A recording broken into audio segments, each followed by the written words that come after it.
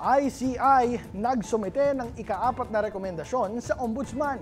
12 ex-DPWH officials pinakakasuhan. Ang kabuuang detalye ng balitang yan, ihahatid sa atin ni Alegria Galimba. Inirekomenda ng Independent Commission for Infrastructure sa Ombudsman ang pagsasampa ng kaso laban sa ilang dating opisyal ng DPWH sa gitna ng isinasagawang investigasyon sa isyu ng flood control projects. Partikular ang umano'y 95 milyong halaga ng ghost project sa Barangay Bambang sa Bukawi, Bulacan.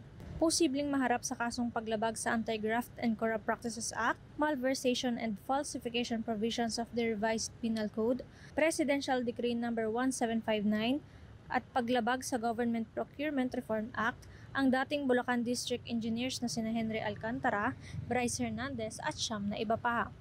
Habang pinasisilip naman ng ICI sa Ombudsman ang posibleng paglabag sa Code of Conduct and Ethical Standards for Public Officials and Employees sina dating DPWH Secretary Manuel Bonoan at Undersecretaries na sina Roberto Bernardo at Maria Catalina Cabral. Batay sa ulat ng Commission on Audit na pag-alaman na walang itinayong istruktura sa lokasyong itinakda sa approved bid plans, kahit na nabayaran ng buo ang kontraktor ng proyekto na Top Notch Catalyst Builders o BEAM Team Developer Specialist. Sa isinagawang inspeksyon naman ng COA, nakita rin ang kaibahan ng aktwal na plano at aprobadong plano na nasa kontrata. Ang pagrerekomenda sa pagsasampa ng kaso laban sa 12 dating opisyal ng DPWH ay dahil sa kapabayaan sa pagpapatupad ng mga proyekto at maling paggamit sa pondo ng pamahalaan. Alegria Galimba, D8 TV News.